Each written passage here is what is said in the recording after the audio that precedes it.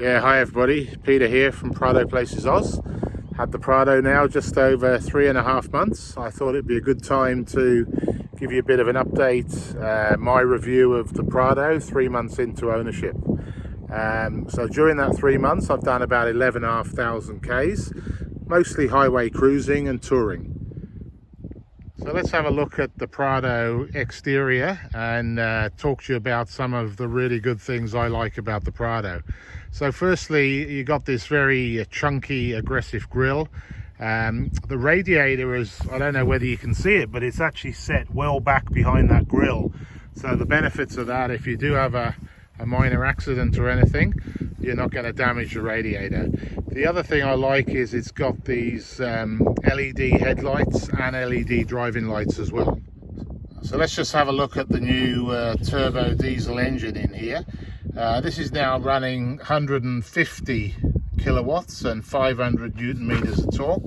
That's up from the 130, 450 in the older models.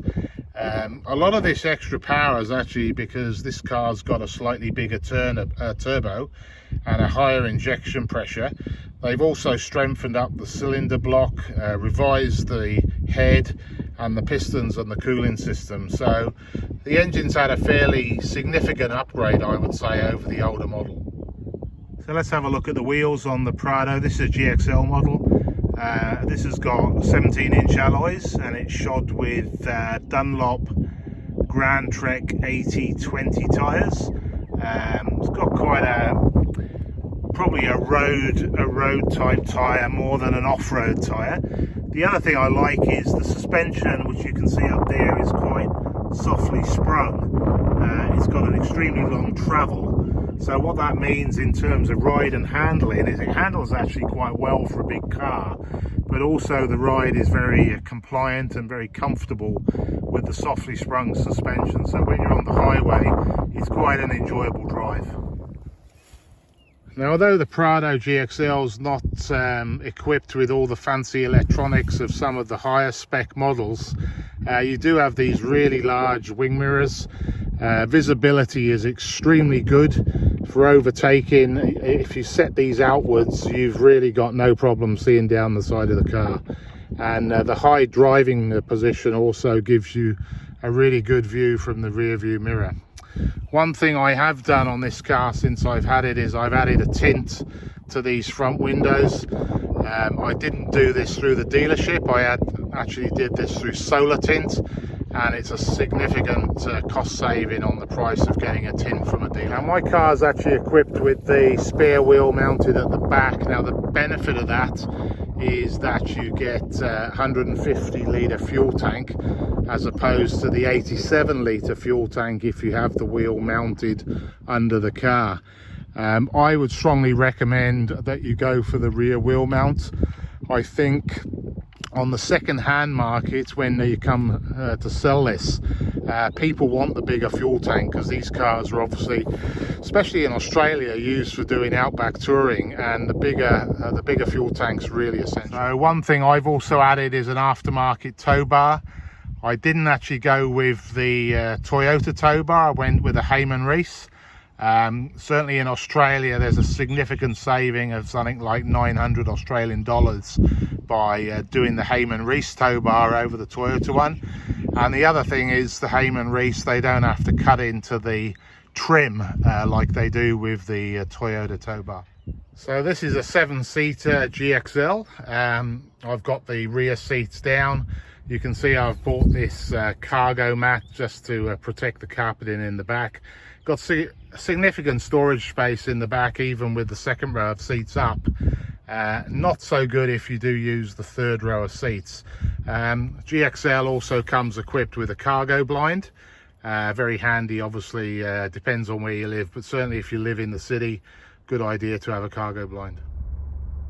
So what's it like inside the car? Well, you've got a nice simple dashboard layout, very simple analog gauges, although the central console, there is actually a button down here on the steering wheel which allows you to change this central display to look at a lot of other things. So for example, in this mode here, I'm looking at the diesel particulate filter. You can see mine's fairly clean, only got 1 bar there. This automatically cleans actually when it gets to 4 bars, so it never goes up to the full 10. As soon as it gets to 4 bars, you'll notice that this will start to regenerate itself. And some of the earlier problems that Toyota had with their DFB have actually been fixed.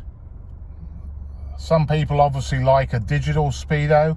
You can actually change this central display to give you a digital readout, as I'm demonstrating here. And all in all, I think you've got nice simple controls, easy to see and really clear. So Toyota finally upgraded the Prado to give it some Apple CarPlay. You can see it's got a large 9-inch touchscreen.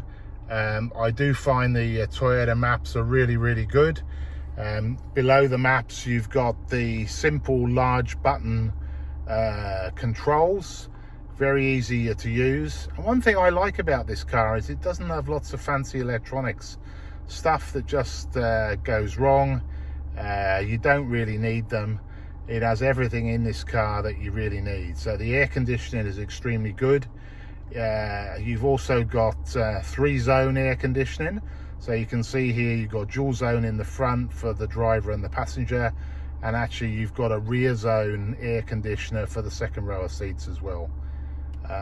All in all, I think it's really well laid out, the controls. So over here you've got a massive glove box, plenty of space there to keep all your stuff, and you've also got really good door pockets on both doors, front and back, giving you plenty of storage space.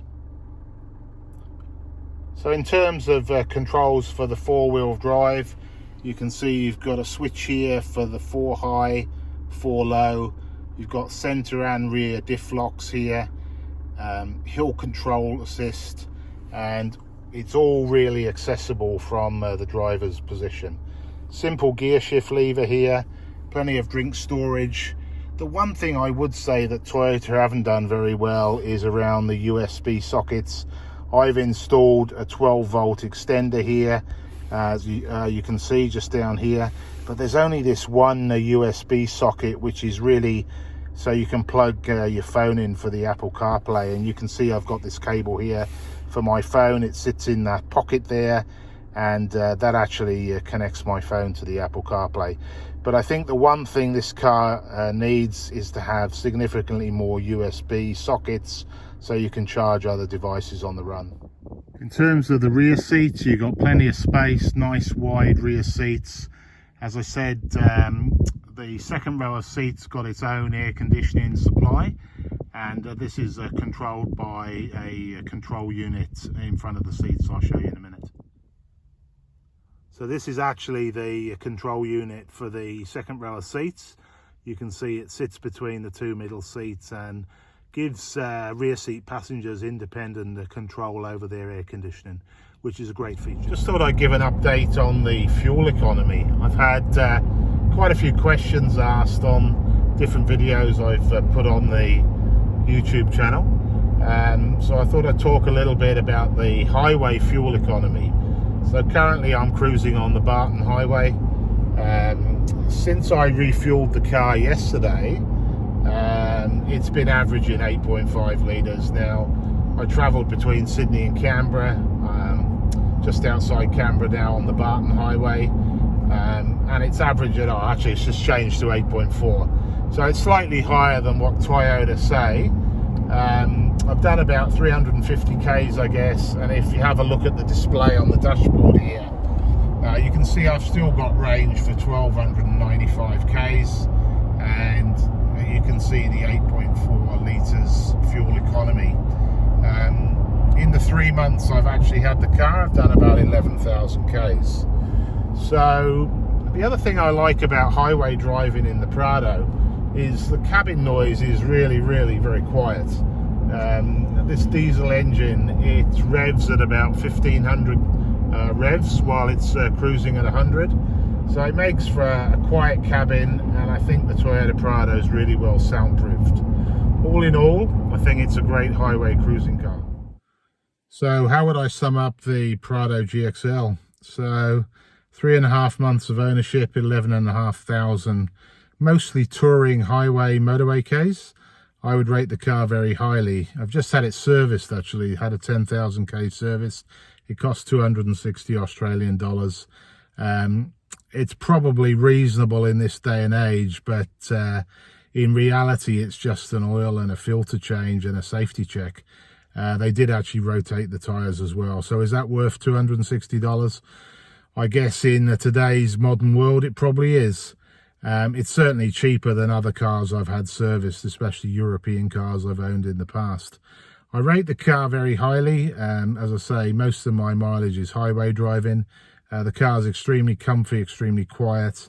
And if you are a touring person like I am and you do a lot of highway and motorway Ks, I'd strongly recommend that you have a look at the Prado. It's a great car and I'm a fan.